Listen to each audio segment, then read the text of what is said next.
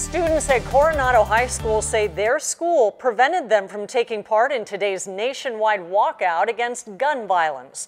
Good evening, I'm Kimberly Hunt. And I'm Ariel Wessler in for Steve Atkinson. New at 7, 10 News reporter Jennifer Dela Cruz spoke to one student who is siding with the school. Jen?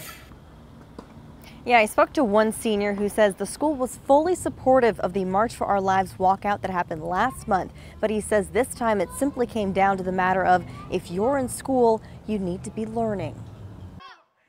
The turnout for today's Columbine anniversary walkout wasn't much at Coronado High School. Only 7 students left class. It is ridiculous that time after time we wait and we sit in our classrooms and pretend like nothing is happening. Last month, it was a different story. Our history teacher, Mr. Somer, even encouraged it. He was like, if you guys want to go express your First Amendment rights, feel free to do that.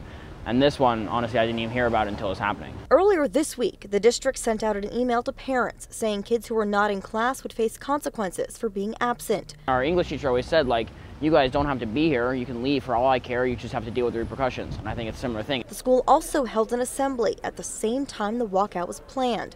Some say it was no coincidence. And teachers have actually told students during their classes that today that they put this assembly during this time slot so people wouldn't leave the school for a walkout. Extra law enforcement officers and school faculty kept a close watch. Threats made by staff or the intimidation, I think that really stopped kids from doing what they wanted to do. For those who didn't walk out, there's still hope.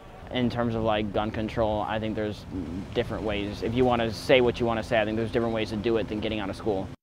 Now, the school made similar comments in their letter, giving suggestions on how students can voice their concerns in other ways, including writing to lawmakers and getting involved in the community. Reporting live in Coronado, Jennifer Dela Cruz, 10 News.